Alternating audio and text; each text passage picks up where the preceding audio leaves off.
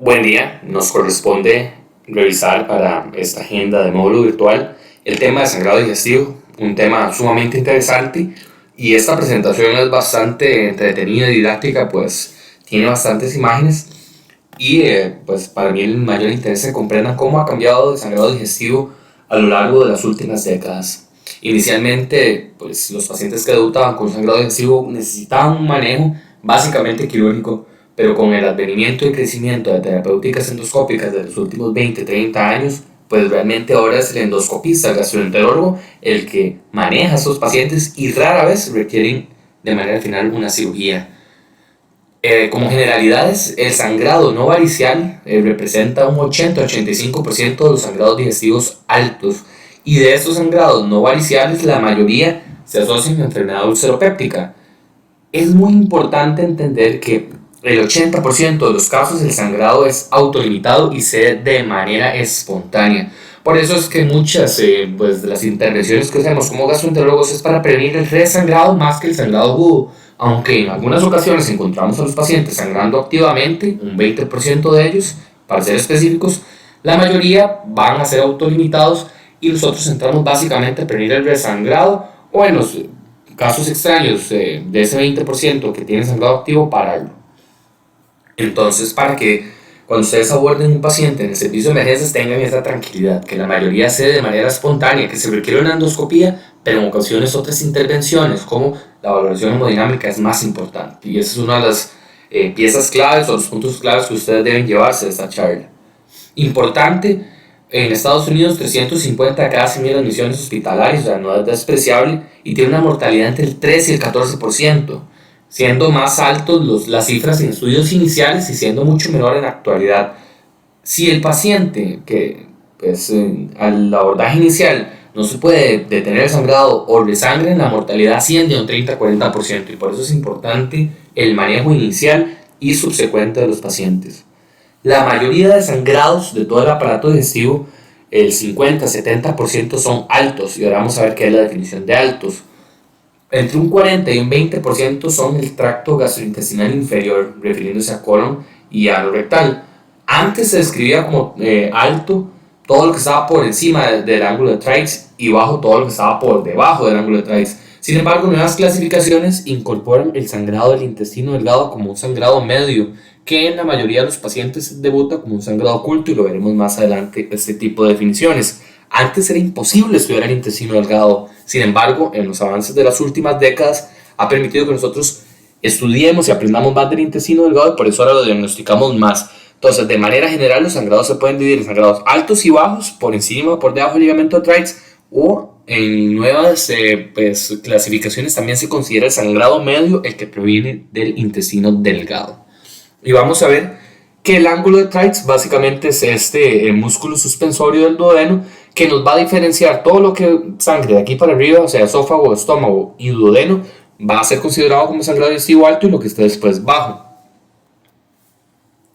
En cuanto a la clasificación, pues vamos a ver que la mayoría de los pacientes van a tener sangrados no variciales, como vimos en las primeras slides. Sin embargo, también tenemos los sangrados digestivos de tipo varicial, y vemos en la estadística que para los sangrados digestivos altos, la mayoría son por enfermedad ulceropéptica. Sin embargo, también enfermedades erosivas como esofagitis erosiva o erosiones gástricas pueden generar un sangrado. El sangrado varicial corresponde a un 40-20% de los casos. La esofagitis que no genera úlceras entre un 3 a un 12%, que normalmente la esofagitis y la gastritis erosiva, más que un sangrado abierto como melena o hematemesis, el paciente lo que tiene a tener es vómitos en brosa de café, o cuando el paciente tiene una sonda nasogástrica y pues se reportan en la guardia que hay vómitos en brosa de café, normalmente son sangrados menos severos debido a erosiones. El sangrado de Mallory-Weiss o los desgarros de Mallory-Weiss corresponde a un 4-8%, lo veremos más adelante.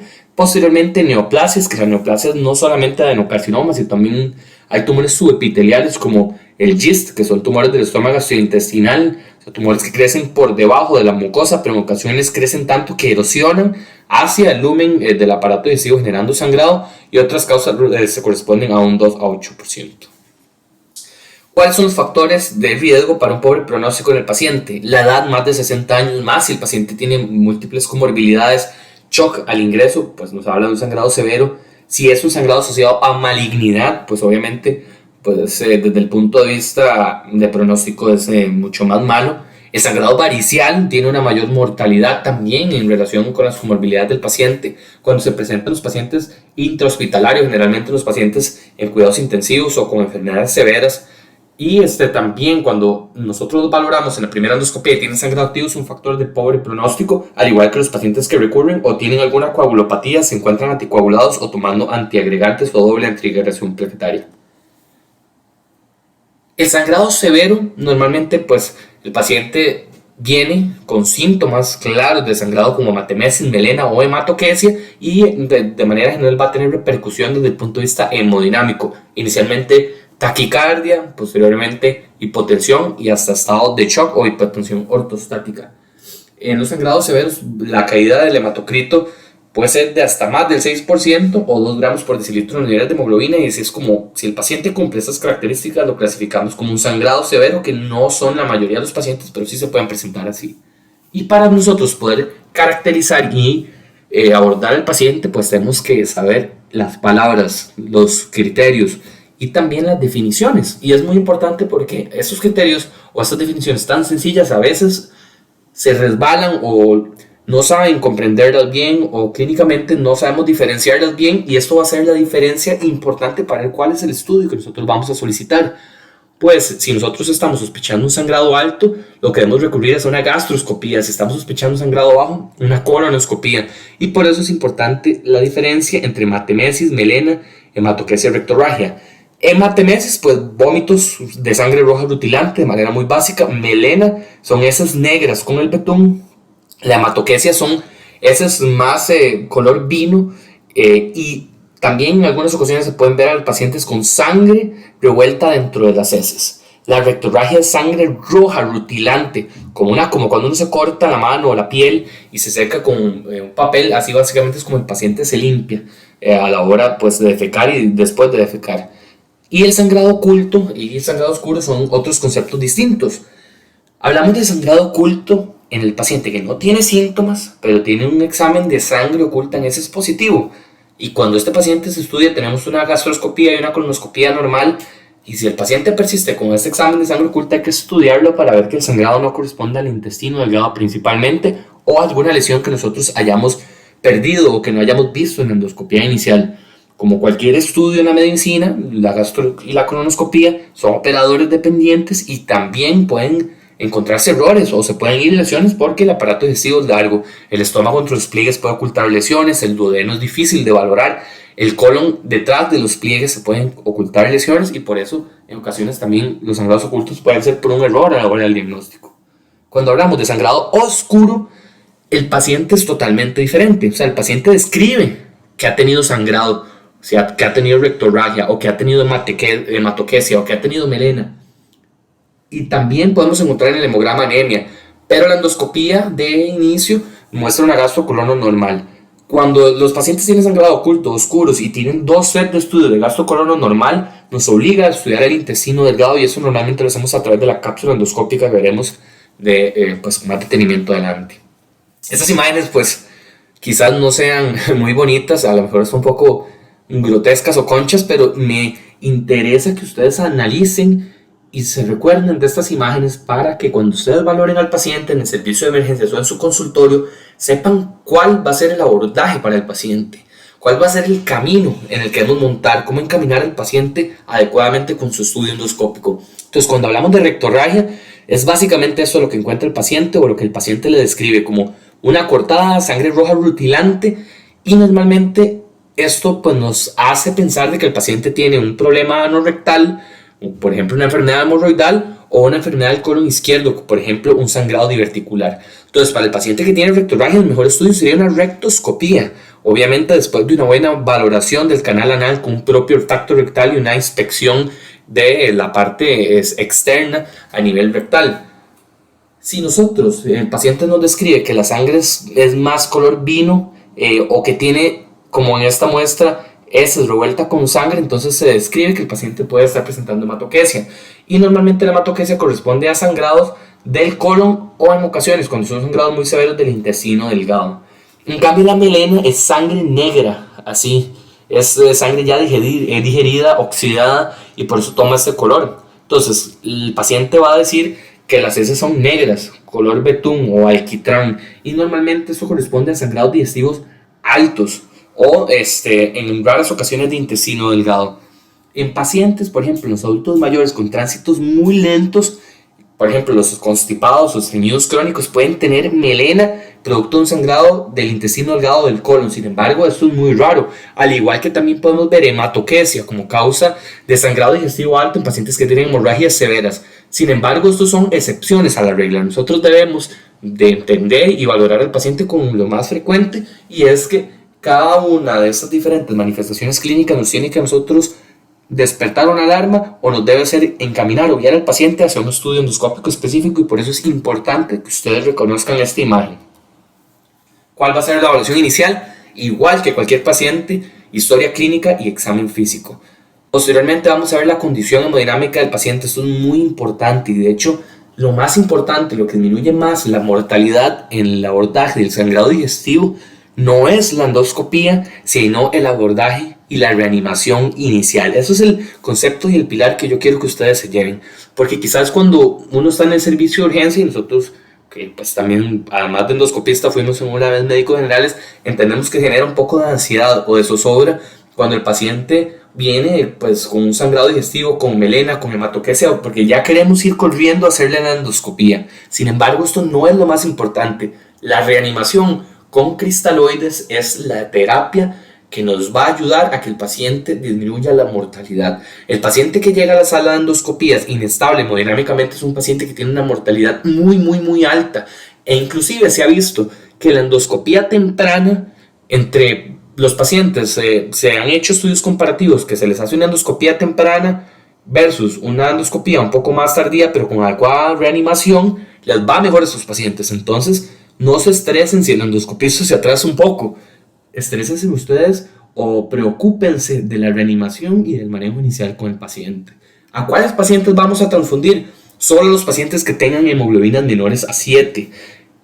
O si el paciente tiene estado de shock o son cardiópatas, sí tenemos que apuntar a niveles de hemoglobina cercanos a 10. Por lo demás, no hay que transfundir a los pacientes porque la medicina transfusional también tiene sus complicaciones. Entonces debemos ser restrictivos y utilizarla solamente en los casos necesarios. ¿Cómo vamos a saber nosotros si el paciente amerita o no una endoscopía inicial? Bueno, hay varias escalas. Ahora yo les voy a mostrar algunas de ellas. La más frecuente es la de Glasgow-Blatchford, que no es mi interés para nada que ustedes se la sepan de memoria, más en esta era virtual donde ustedes van a tener a mano apps, aplicaciones donde pueden verla, valorarla o del mismo internet. Entonces, pues lo importante es que los pacientes que tienen puntajes bajos no van a requerir, si tiene 0 puntos, pues 0,1 no va a requerir ni siquiera admisión ni endoscopía temprana, o sea, se ingresa al paciente con una referencia a gastroenterología. Los pacientes que tienen entre 2 y 5 puntos sí requieren una endoscopía pronta, más no urgente, y los que tienen alto riesgo o que a la entrada vienen con inestabilidad hemodinámica son los que requieren una endoscopía rápida, más si se sospecha sangrado varicial en las primeras 12 horas. Entonces aquí es la lista que nos habla de los scores endoscópicos. Uno de los más frecuentes es el Glasgow-Blatchford, pero también tenemos el AIM-65, que valoran diferentes parámetros clínicos de laboratorio, función renal, hemoglobina, pues otras situaciones ahí. No me interesa que, pues como les digo, que se lo sepan de memoria. Lo que me interesa es que entiendan que hay clasificaciones basadas en criterios clínicos y de parámetros de laboratorio que nos permite estadiar al paciente. Los pacientes que tienen ningún factor de riesgo, la mortalidad es de 0.3%, entonces no nos preocupemos. Sin embargo, conforme van aumentando la sumatoria de factores de riesgo o de puntajes en las diferentes clasificaciones, entonces también van a aumentar la probabilidad de mortalidad, y por eso los pacientes que tienen puntajes más altos son los que deben de intervenirse, los que deben de ser agresivos en su manejo y también que van a meritar una endoscopía temprana. A pesar de que existen esas clasificaciones, nada supera el juicio clínico. Entonces, obviamente, pues si ustedes ven un paciente que tiene inestabilidad hemodinámica y que se manifiesta con sangrado severo, ustedes pronto van a tener que hacerle la endoscopía. Pero esas clasificaciones siempre son útiles y en ocasiones uno las necesita pues, para poder estadiar y ver qué tan rápido tenemos que valorar al paciente.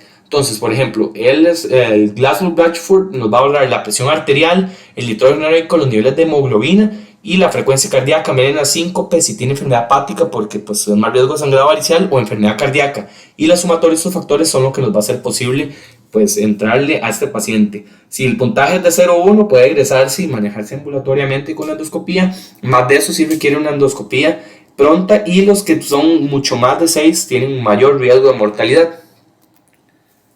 También hay scores post-endoscópicos, o sea, después de que ya nosotros le entramos y le hicimos la valoración al paciente, entonces se le suma algunos criterios y la escala que se utiliza post-endoscopía es la de Rockall, que básicamente es muy similar, incluye edad, la frecuencia cardíaca o signos de choque a la entrada, enfermedades o comorbilidades, pero ya aquí nos indica o nos da un puntaje extra si el paciente tiene diferentes hallazgos endoscópicos. Y esto nos sirve un poco como para saber cuáles pacientes van a poder tener un egreso temprano, que eso es otra parte importante para evitar la saturación de servicios de salud. Cuando los pacientes tienen un puntaje menor o igual a 2, son buenos candidatos para un egreso temprano después de la endoscopía. Sin embargo, falta más estudios para validarlo, sin embargo, son herramientas útiles. ¿Cuáles van a ser los pilares del manejo? Lo primero, la valoración inicial, la historia clínica, el examen físico y la reanimación. Eso es lo más importante, eso es lo que a ustedes les toca, eso es lo que ustedes no pueden fallar y después nosotros entramos a ayudarles. Realmente nosotros somos auxiliares a ustedes. Entonces, dentro del manejo médico, ustedes si sospechan sangrado digestivo alto, inclusive antes de la endoscopía, pueden iniciar el inhibidor de bomba protones endovenoso, 80 miligramos de omeprazol o esomeprazol. Si ustedes sospechan que el sangrado puede ser variceal, o sea, si el paciente tiene estigmas de hepatopatía crónica, si viene con ascitis, con datos de hipertensión portal, con circulación colateral en la pared abdominal, si ya se sabe que es hepatópata, entonces ese paciente, además del omeprazol, se le puede empezar el octreótido para que la presión portal por medio de este análogo de la somatostatina disminuye y nos ayuda a nosotros también a la hora de hacer la endoscopía, pues para nosotros va a ser más fácil ver el punto de sangrado en un estómago que no está sangrando activo y también va a ser para nosotros mucho más fácil controlar ese sangrado que si el paciente llega estable. Entonces por eso la parte suya como médico de valoración inicial y de triaje es fundamental. Desde el punto de vista endoscópico tenemos varias cosas que nosotros utilizamos. Una es la inyección, podemos inyectar epinefrina diluida con suero fisiológico, que eso lo que nos ayuda es a generar vasoconstricción y temporalmente parar el sangrado para mejorar la visualización. La maravilla, pero también la dificultad de la endoscopía es que nosotros lo único con lo que contamos es un lente y en el mismo lente donde está el endoscopio por otro canal pasamos accesorios. Entonces nosotros no tenemos, como por decirlo así, dos manos para ayudarnos y no tenemos cómo limpiar. Si hay un sangrado severo, la visibilidad es muy limitada y eso nos puede dificultar pues una buena resolución del cuadro. Por eso que ustedes tengan una buena reanimación inicial y buenas maniobras iniciales nos ayuda a que estos factores se disminuyan o no nos dificulten tanto. Entonces una manera es inyectar epinefrina para disminuir ese sangrado. En ocasiones se puede inyectar esclerosantes como el cianoacrilato, que lo que nos permite básicamente es inyectar el punto donde está sangrando para generar esclerosis de los vasos sanguíneos y parar el sangrado. También tenemos terapia térmica, que tenemos muchas herramientas. Una es el Coagrasper, que es como unos forceps que nos permiten tomar los vasos sanguíneos y generar coagulación. Otra es el argón plasma, que es lo que vemos acá. Entonces, esta sonda es la sonda de argón plasma. Básicamente el argón es un gas. El argón plasma es un gas que es combustible. Entonces la sonda lo que libera es el argón y posteriormente a través de la unidad electroquirúrgica se genera una reacción de calor que nos va a generar pues coagulación del punto donde queremos disminuir o parar un sangrado o evitar la recurrencia del mismo. También tenemos terapias mecánicas como los endoclips, que esto es muy útil, usamos con mucha frecuencia y también a través del canal de trabajo pasamos clips endoscópicos que a través de un mango como se cierran en la parte externa, hay algunos que son inclusive rotables y nos permiten cerrar bordes, aproximar úlceras o coagular o generar hemostasia cerrando los puntos donde va el flujo sanguíneo de estos vasos. En situaciones severas donde no podemos contener o parar el sangrado también existen recursos como spray o espumas hemostáticas que lo que van a generar es una cubierta que al entrar en contacto con la lesión va a generar un sello para generar la adhesión plaquetaria y va a permitir por lo menos parar el sangrado. Normalmente eso se reserva para casos donde endoscópicamente no podemos parar el sangrado. Y si aún así con todo esto el paciente no se puede controlar el sangrado o tiene varios resangrados, entonces el manejo va a ser quirúrgico, que normalmente eso ya lo vemos como casi que parte de la historia de la medicina, solo para situaciones muy extrañas, como por ejemplo las fístulas aortoentéricas, o sea, cuando se genera una fístula entre grandes vasos y el ómega intestinal, donde obviamente esto va a ser insuficiente, donde el manejo quirúrgico pues se va a necesitar, pero como les explico, en la actualidad son técnicas en desuso. Normalmente el paciente se resuelve de manera endoscópica y con el abordaje que ustedes van a tener. ¿Cuáles van a ser las causas, las etiologías? Bueno, eso ya lo hablamos en los primeros slides. Sin embargo, ya sabemos que la úlcera péptica es lo más común, después los desgarros de Mallory Way 5-10%, varices entre el 5-40%, dependiendo de la población, y enfermedades erosivas. Entonces, las enfermedades erosivas, normalmente la terapia endoscópica es como muy limitada y normalmente no vemos como sangrados activos, sino a veces se ven como restos hemáticos. Y normalmente la terapia médica es la que va a ayudar más. Los polvos o los sprays hemostáticos o el argón a veces es útil. Para problemas vasculares, la coagulación con argón plasma es muy útil. Pueden haber angiodisplasias, que son vasos sanguíneos con alteración. Pueden estar ectásicos, dilatados, o displásicos, angiodisplásicos. Y esta malformación en estos vasos puede generar sangrados. Las lesiones de Dieulafoy, que las lesiones de Dieulafoy son vasos submucosos aberrantes grandes que con generalidad se puede presentar como sangrados severos, que en ocasiones es difícil de encontrarlos porque no tienen como una gran úlcera, sino simplemente es un vaso aberrante que se escapa a través de la submucosa. Las ectasias vasculares centrales como el GAVE, que se generan en pacientes con hipertensión portal o los pacientes que tienen gastropatía hipertensiva. Nosotros tenemos varias herramientas para esos pacientes. Las traumáticas, como posterior a maniobras severas de Valsalva, como el síndrome de Mallory-Weiss, o los pacientes que han consumido cáusticos, pues hay alternativas también desde ese punto de vista. Las neoplásicas son uno de los sangrados más difíciles de manejar para nosotros, porque donde ponemos clips, el tejido necrótico se cae, no pega bien el clip. Cuando coagulamos con argón, igual el epitelio se desfacela. El spray hemostático puede tener algún rol y en ocasiones se utiliza radioterapia o radiación de urgencia para intentar controlar esos sangrados, aunque normalmente el pronóstico es muy malo y la mortalidad bastante alta. En los sangrados pancreatobiliares también pueden presentarse como una situación que se llama hemobilia o hemosuncus pancreáticos, que son sangrados del páncreas o los conductos pancreáticos que a través de la ámpula de Vater van a drenar el intestino delgado. Normalmente se deben de tratar con la angiopancreatografía retrógrada endoscópica o con cirugía, y otras causas como vasculitis o isquémicas pues también tienen aplicaciones las diferentes técnicas endoscópicas. Entonces vamos a entrar con la úlcera péptica. Hay algunas características desde el punto endoscópico que nos van a definir cómo vamos a manejar estos pacientes, y esto es muy importante. Entonces, por eso la clasificación de Forrest, por su implicación pronóstica, ustedes la deben de conocer. Nosotros se las anotamos después del reporte de la endoscopía y es importante porque el manejo va a cambiar dependiendo de esta clasificación. Entonces, tenemos que las lesiones Forrest 1A, normalmente lesiones tipo Forrest 1, hay sangrado activo. Entonces 1A, el sangrado es pulsátil, arterial, a chorro. En la 1B, el sangrado es en capas o resumante. Y eso es muy importante porque las lesiones Forrest 1 hay que darles terapia endoscópica y el paciente también se tiene que quedar hospitalizado o ingresado al menos 3 días recibiendo inhibidores de bomba de protones endovenosos. En las lesiones 2A, lo que vamos a encontrar es que no hay sangrado activo, pero vemos un vaso visible en el nicho de la úlcera, o como las lesiones de Dieulafoy. Estas lesiones tienen alto riesgo de resangrado, hasta un 43% con una mortalidad alta.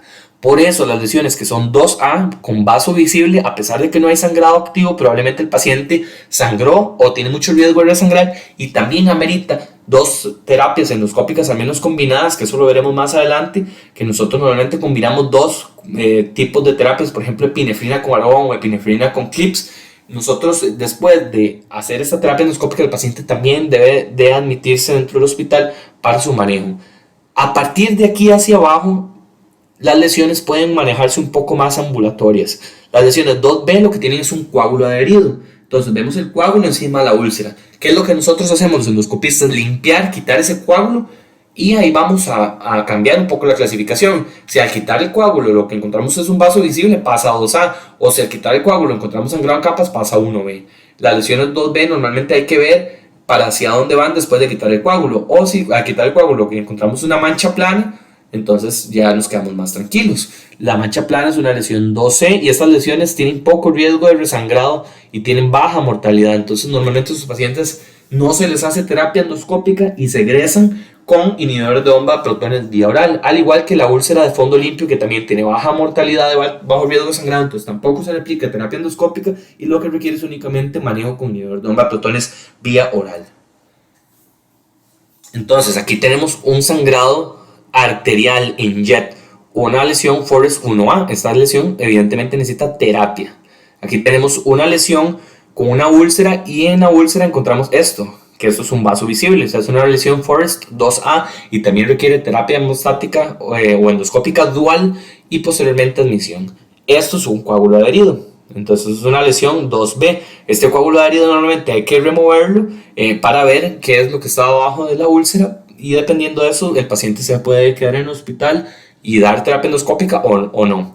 Y esta lesión lo que vamos a tener nada más es una úlcera de fondo fibrinoso y lo que encontramos nada más es una mácula o una manchita plana. Entonces estas ya lesiones en realidad pues se pueden egresar y son de manejo ambulatorio. Esta es una lesión que se catalogaría como una Forrest 2C. Aquí tenemos un ejemplo de una lesión o un vaso visible que está con un sangrado resumante, como en Napa. Es una lesión Forrest 1B y aquí lo que se aplicó fue una terapia hemostática, no fue con argón sino con una sonda bipolar para generar esta coagulación y después se colocaron endoclips. Entonces, los pacientes que resangran normalmente lo hacen en los primeros 3 días, por eso los pacientes que tienen lesiones con alto estigma o con alto riesgo de resangrado, como las lesiones 1 y 2A, requieren hospitalización y van a requerir primero la aplicación de un inhibidor de bomba de protones endovenoso a bolo de 80 miligramos y después infusión de 8 miligramos por hora por 72 horas. Otra alternativa es colocar 40 miligramos cada día o cada 12 horas por 3 días en los lugares donde no se puedan utilizar infusiones. ¿Y para qué utilizamos inhibidor de bomba de protones IV? Normalmente el inhibidor de bomba de protón oral pues va a requerir varios días para llegar a su efecto máximo, pero además no se alcanzan pHs superiores a 6, normalmente entre 4 es el pH que alcanzamos con el IVP.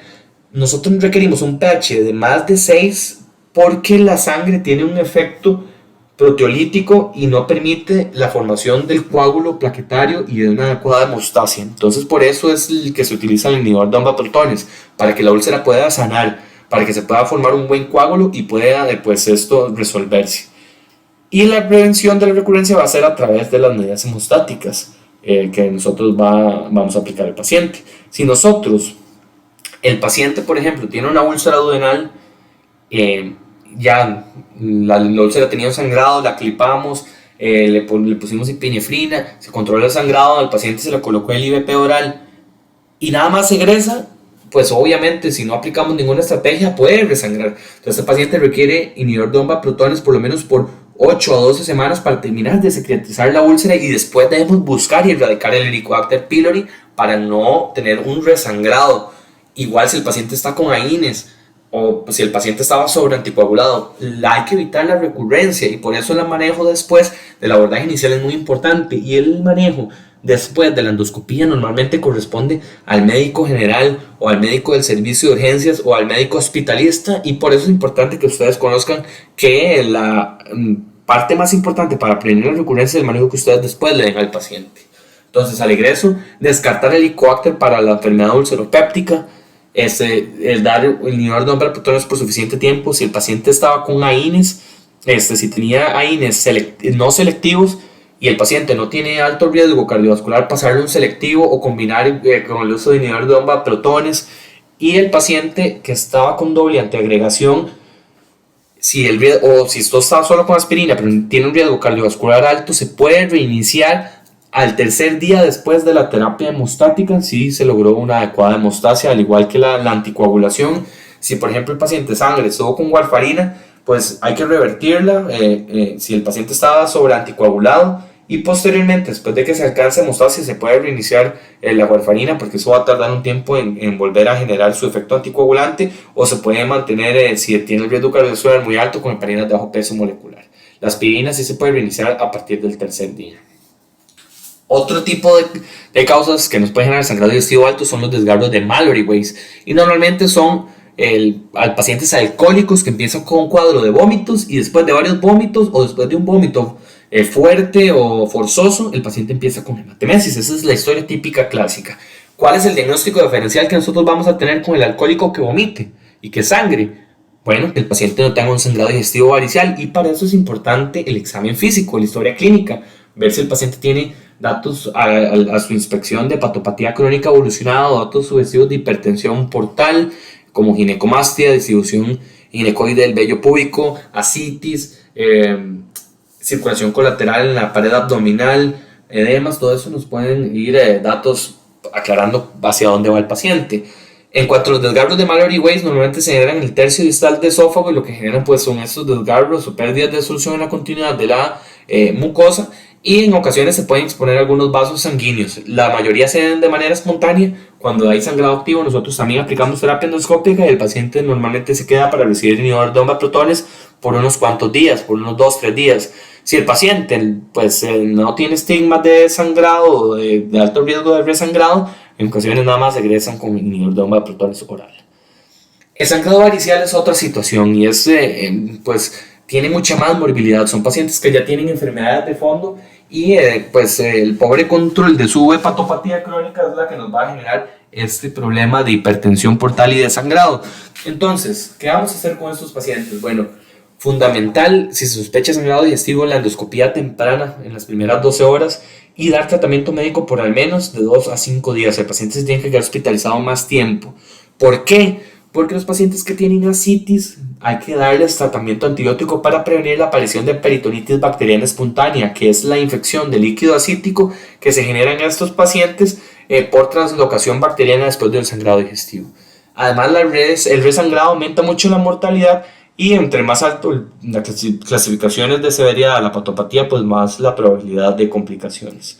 En los pacientes que no se logra encontrar el sangrado, haya resangrado, en ocasiones se coloca el balón de Stenstaken-Blakemore, o se debe considerar TIPS, que son derivaciones a través para más endovasculares, para generar un shunt o un cortocircuito que nos disminuya un poco la presión portal, o cirugía, que en este caso la mejor sería el trasplante. Entonces, ¿qué tenemos? Estos pacientes con hipertensión portal, con hígado cirrótico, entonces todo lo que va a drenar a la porta, como los vasos mesentéricos y los esplénicos, entonces van a tener retrógradamente un aumento de la presión. Entonces, de manera alternativa, para tener una medida de llevar la sangre no al corazón, entonces se generan las circulaciones colaterales, y entre ellas las varices. Entonces, esta circulación colateral nos va a generar también que a nivel de los vasos, hay vasos que interconectan los vasos paraesofágicos con los vasos submucosos, y ahí estos vasos submucosos, cuando se dilatan y se ponen ectásicos, es donde se generan las varices, y una vez que estas varices se rompen hacia la mucosa y a través del espacio del esófago, entonces donde nos pueden generar sangrado, y es como nosotros vemos estos cordones de manera endoscópica. ¿Cómo vamos a parar estos sangrados? Bueno, cuando el sangrado es en las varices del esófago, la terapia la utilizamos con dos técnicas. Una es con las ligas, que básicamente en el endoscopio se le pega un cap, que es este dispositivo de plástico, y en el cap va a traer varias ligas que, pues, con un disparador externo nos va a permitir que nosotros succionemos para que el cordón varicial entre dentro del cap, y después soltamos esta liga para que la atrape, y después estas varices solas, con los fenómenos de sanación y cicatrización, se van a colapsar y se van a ir erradicando. En los pacientes donde nosotros no podemos ligarlas, o porque son muy planas, o porque hay pobre visualización, o por otras circunstancias que veremos más adelante, una de las alternativas es usar escleroterapia, que lo que hacemos es inyectar cianoacrilato, que es un esclerosante que nos va a generar fibrosis y hemostasia en este cordón varicial. Esto es muy importante recordar, que al egreso, cuando el paciente se va hacia su hogar, después debemos continuar las ligaduras de los diferentes cordones variciales, y al egreso, 2 o 3 días después de darles la terapia endoscópica, el paciente se debe egresar con alguna terapia médica para disminuir la hipertensión portal, que nosotros normalmente lo hacemos a través de beta bloqueantes como el propanolol. Pues aquí tenemos un caso de un paciente con un cordón varicial. Esos son cordones, y este pues tiene un hueco, o sea, se rompió la mucosa en el cordón varicial, está con sangrado activo, y lo que se utilizó fue el CAP. Este es el CAP, aquí se ve endoscópicamente, y el disparador que va conectado a la parte externa del endoscopio. Succionamos para que se meta el cordón varicial dentro del CAP, soltamos la liga y después quedan todas las varices así. Normalmente en la primera endoscopía lo que nos interesa más es parar el sitio. Entonces esta varice que estaba sangrando acá, aquí la vemos ya ligada, y el cordón que estaba con problema ya se resolvió y se pegó una liga por debajo de este sitio para cortar el flujo. Porque si nosotros recordamos en esta imagen, si por ejemplo este cordón varicial empieza a sangrar acá y nosotros cortamos el flujo desde abajo, entonces la parte proximal también se va a esclerosar. En este caso se le colocó la liga en la parte proximal, distal, o la parte inicial donde está el cordón varicoso, pero también en el punto donde sangró. Y este es otro paciente donde está la varice sangrando activamente y se está inyectando un esclerosante para contener el sangrado. De manera inicial nosotros intentamos utilizar más las ligas porque la escleroterapia tiene el riesgo de embolismo de estos medios hacia los pulmones. Sin embargo, en algunas ocasiones las ligas no son útiles, como por ejemplo cuando hay varices en el fondo del estómago, y eso es lo que quiero enseñarles en este recuadro. También, además de varices esofágicas, la hipertensión portal puede generar varices en cualquier parte del aparato digestivo, dentro de ellas el estómago. Y hay existencia de un subtipo de varices que son las GOP1, que son continuación hacia el estómago de las varices esofágicas. Se les dice GOP1 cuando se ven en la curvatura menor de la parte subcardial y GOP2 cuando se van hacia el fondo del estómago. Las GOP1 se pueden tratar con ligas, se pueden pegar liga aquí, pero las GOP2 no sirven las ligas porque no nos va a cortar el flujo del cordón varicial, porque normalmente tienen varios vasos accesorios. Y además, cuando se suelte la liga o cuando se genere la necrosis en el punto donde se pegó la liga, como no estamos cortando el flujo de la varice, entonces más bien va a generar una úlcera que va a sangrar activo. Y lo mismo pasa para el subtipo de varices IgV, que IgV normalmente son por I de isoladas o aisladas. Entonces estas varices no tienen conexión con las esofágicas. Las 1 son las que se encuentran en el fondo y 2 en cualquier parte del aparato digestivo, inclusive en el intestino delgado. Para los GOP1 podemos utilizar ligas, pero los GOP2, IgV1 y IgV2 nosotros requerimos inyectarlas con esclerosante, como vimos en la diapositiva pasada, que lo podemos hacer de manera directa o también a través del ultrasonido endoscópico. Entonces aquí en esta imagen tenemos una varice tipo GOF. Vemos que este es el cordón varicial que se extiende hacia el esófago, entonces es una varice GOP1 porque se va hacia este punto, hacia la parte anterior. Esta se puede esclerosar o se le puede pegar una liga. En este caso, a través del ultrasonido endoscópico se inyectó cianoacrilato. En este subgrupo de pacientes lo que tenemos es unas varices que es continuación de las esofágicas y se van hacia el fondo, entonces una GOP2. También en este se aplicó cianoacrilato. Vemos aquí ya los cordones varicosos donde ya no tienen efecto Doppler. Y en este otro caso, que este es un paciente que corresponde a una varice IgV1, vemos que aquí a nivel subcardial no hay varices, pero tiene una varice en fondo donde también se le aplicó el cianoacrilato. Entonces, a estos pacientes que se sospecha sangrado digestivo, la reanimación, el uso de inhibidor de bomba protónico endovenoso, si tienen eritromicina, que raramente se tienen en las unidades, se puede utilizar porque eso nos ayuda a limpiar los coágulos, a favorecer el vaciamiento del estómago para que a la hora de la endoscopía no encontremos tantos coágulos. En los pacientes que tienen cirrosis o ascitis y además sangran, puede ser varicial o no varicial, porque el cirrótico también puede tener un sangrado no varicial, tiene todo su derecho. Entonces estos pacientes, si se sospecha varicial, obviamente dar ocleótido. Sin embargo, si el paciente ya viene con estigmas, no se compliquen. Si el paciente tiene estigmas de hepatopatía crónica y tiene sospecha alta que sea varicial, ustedes de una vez empiezan el ocleótido. Si al final el sangrado, por suerte, es un no varicial, pues no pasa nada. Pero si es un varicial, el ocleótido, que son los análogos de la somatostatina, que nos van a permitir generar vasodilatación del eje portal, nos ayudan mucho para disminuir el sangrado. Y en los pacientes, entrar a hacer una endoscopía temprana y recordar siempre que los pacientes que tienen ascitis requieren el uso de antibióticos para prevenir el riesgo de peritonitis bacteriana espontánea. Otros sangrados, otras causas raras, enfermedades erosivas, que hablábamos que en ocasiones pueden presentar vómitos en brosa de café por alcohol, estrés, pacientes con AINES, o también ectasias o angiodisplasias, que son vasos que están dilatados, como en estas ectasias del antro, que estas se queman normalmente con algún plasma. El intestino delgado, el sangrado es raro, ahora lo vimos que es menos de un o alrededor de un 10%. El diagnóstico es difícil porque el gastroscopio normalmente nos permite explorar el esófago, el estómago y el duodeno, pero no nos permite ver más allá del duodeno, o sea, no nos permite ver el yeyuno ni el ilium. Y la colonoscopia nos permite nada más ver unos cuantos centímetros del intestino delgado, del ilium, aproximadamente unos 10 a 15 centímetros, y además el colon. Pero el intestino delgado mide entre 6 y 8 metros, entonces siempre estuvo fuera o difícil al alcance del endoscopista. Sin embargo, ahora tenemos herramientas desde el punto de vista tecnológico que nos han ayudado para estudiar el intestino delgado. La mayoría de los sangrados se van a manifestar con sangrado oculto o también oscuro u oscuro. Y las causas más frecuentes son los GIST, que son los tumores del estómago intestinal subepiteliales, adenocarcinoma, linfomas o metástasis, también úlceras por Ahines. Y otra cosa que vemos con alguna frecuencia es la enfermedad inflamatoria intestinal, principalmente la enfermedad Crohn. Isquemia, vasculitis, varices también se pueden ver, o el divertículo de Meckel, que es un remanente del conducto onfalomesentérico que normalmente o puede en ocasiones estar recubierta inclusive en mucosa gástrica y en ocasiones puede generar sangrados en niños. Entonces el intestino delgado, normalmente en los pacientes de menos de 50 años debemos descartar tumores, y en los pacientes de más de 50 años ectasias vasculares y lesiones por Ahines. Y esas son imágenes de cápsula endoscópica. Ahora vamos a ver cómo es la cápsula endoscópica, pero bueno, básicamente es un pil electrónico que tiene una cámara que va tomando fotos, varias fotos por segundo del aparato digestivo. Esta es una cápsula normal, esta es una ectasia, una angiodisplasia, un vaso sanguíneo aberrante que puede generar sangrado, esta es una flebectasia o pues son lagos venosos prominentes, y esos son pacientes que en la cápsula endoscópica muestran sangrados activos. El colon, que es lo más frecuente, los sangrados bajos, hay que descartar patología hemorroidal, principalmente en pacientes jóvenes que se presentan con rectorragia.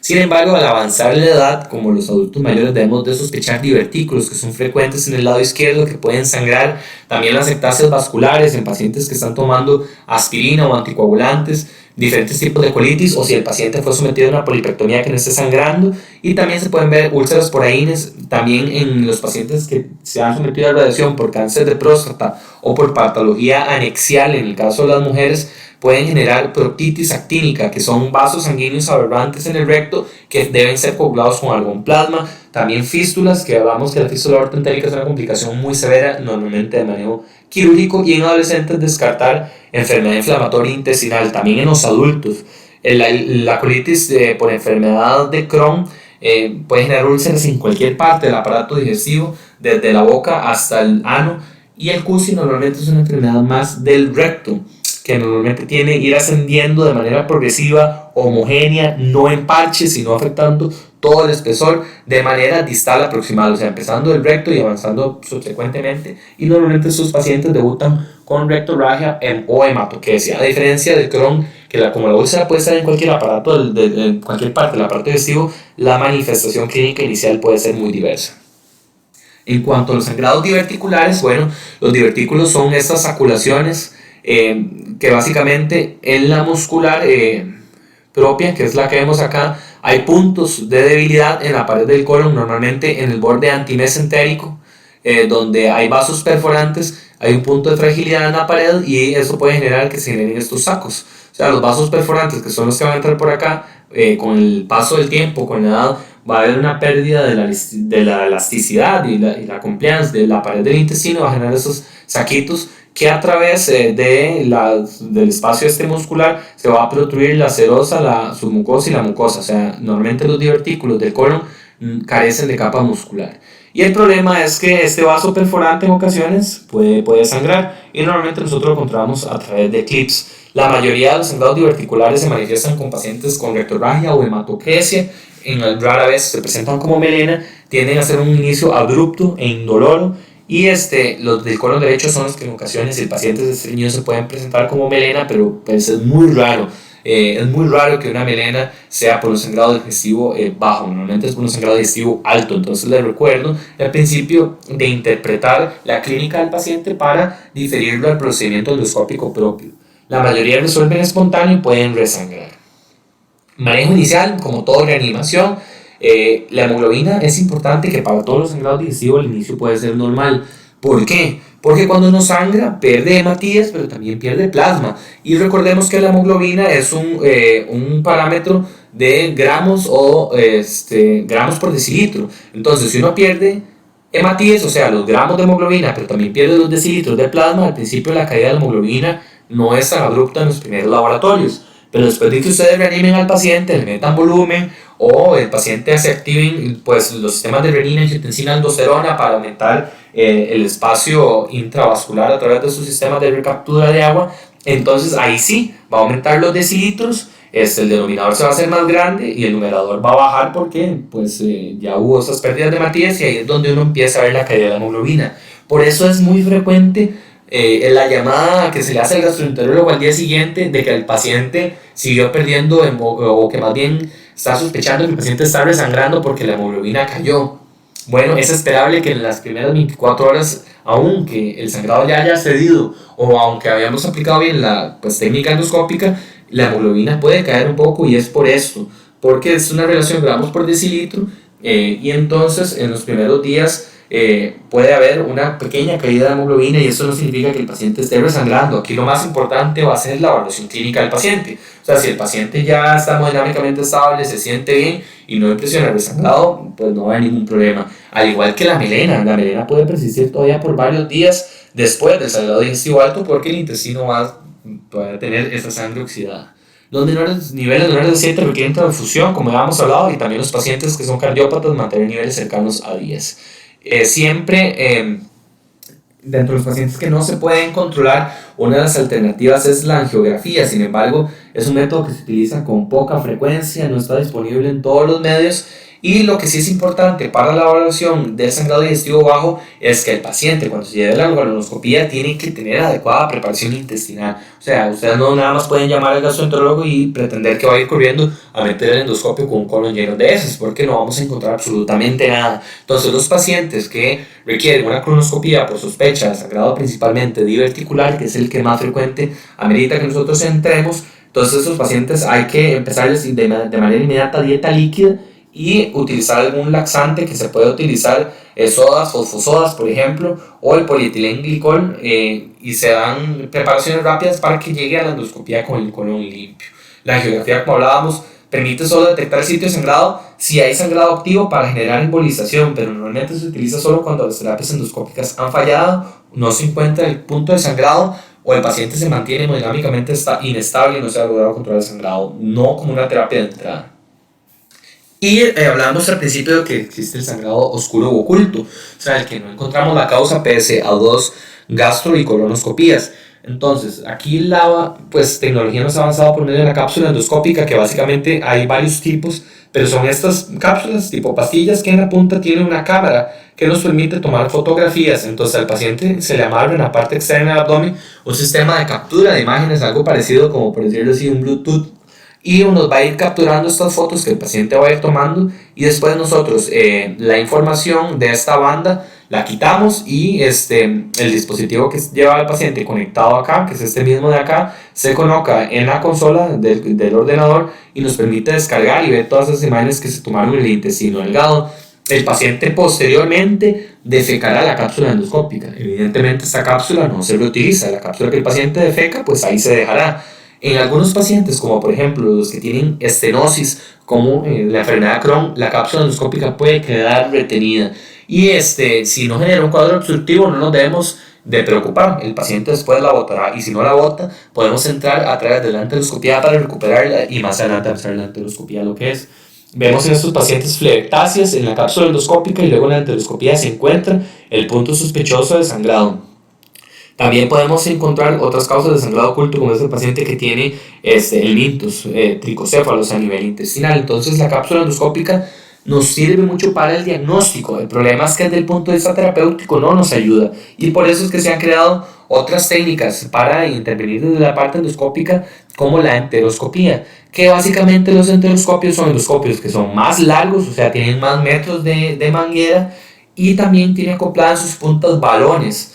Que nos permiten recortar el aparato digestivo. ¿Qué es recortar? Bueno, básicamente como hacer como un acordeón. Entonces aquí vemos donde entra el endoscopio y luego un sobretubo, que es lo que viene acá.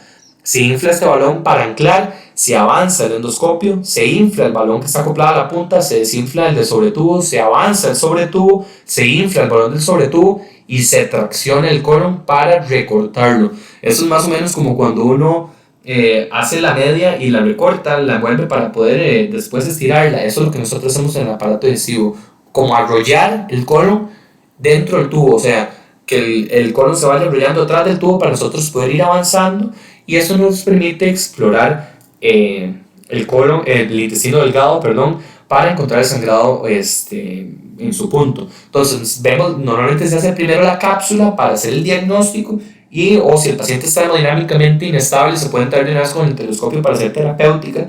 Y la cápsula también nos ayuda a documentar dónde es el punto del sangrado, porque si el sangrado está en el duodeno o en el yeyuno, debemos entrar con el endoscopio por cavidad oral. Pero si vemos que el sangrado está en ilion, entramos a través del recto, como si fuera una colonoscopía, después entramos al ilion a hacer la enteroscopía. Y ya para ir terminando esta clase, les presento este flujograma. Tal vez un poquito se ve borroso, se ha pixelado un poco la imagen, pero bueno, ya eso lo hemos discutido. Lo que me interesa es si ustedes sospechan sangrado alto, primero la parte de valoración inicial y la estabilidad hemodinámica. Si se lleva a la endoscopía, pues hay que clasificar según la clasificación de Forrest, y a partir de esto el paciente pues se va a abordar de una u otra manera. Las varices esofágicas sí van a requerir los sangrados variciales, hospitalización, ligadura, agentes vasoactivos, inhibidor de bomba de protones y también tratamiento antibiótico. Y las lesiones de Mallory, dependiendo, pues si no hay sangrado activo se pueden ir a parar a casa, si no tienen estigmas de alto riesgo, o si tienen sangrado activo, terapia endoscópica y inhibidor de bomba de protones IV. Todos estos grupos van a requerir inhibidor de bomba de protones IV, más cuando hay estigmas de alto riesgo, por al menos 72 horas en los servicios de emergencia, y después hay que darles tratamiento oral para que el paciente se lleve a su casa. Por ejemplo, si es una enfermedad ulceropéptica, de 12 a 8 semanas, al igual que en el Mallory, se puede utilizar de 8 a 12 semanas. Si el sangrado es varicial, el paciente se tiene que ingresar con beta bloqueo y también con una referencia para nuevas ligaduras para esclerosar el resto de las varices. Porque si no erradicamos, si no hacemos profilaxis secundaria, el paciente tiene, entre más sangrados variciales se vayan sumando, más morbilidades y más progresión de su enfermedad. Y para el sangrado digestivo bajo, entonces primero ver la parte de si tiene o no inestabilidad hemodinámica. Si no la tiene y es menos de 40 años, lo más probable es que sea algo del recto, entonces buscamos una sigmoidoscopía flexible. Si son más de 40, colonoscopía, al igual que si hay inestabilidad hemodinámica. Y si no logramos identificar el sitio de sangrado, el paciente permanece inestable, si hay que hacer angiografía o cirugía. O si el paciente no está inestable y tiene buenos niveles de hemoglobina y se maneja bien, se puede utilizar estudios como por ejemplo cápsula endoscópica o enteroscopía. Y básicamente ese es el tema que quería discutir el día de hoy con ustedes. Muchas gracias y que tengan un bonito día.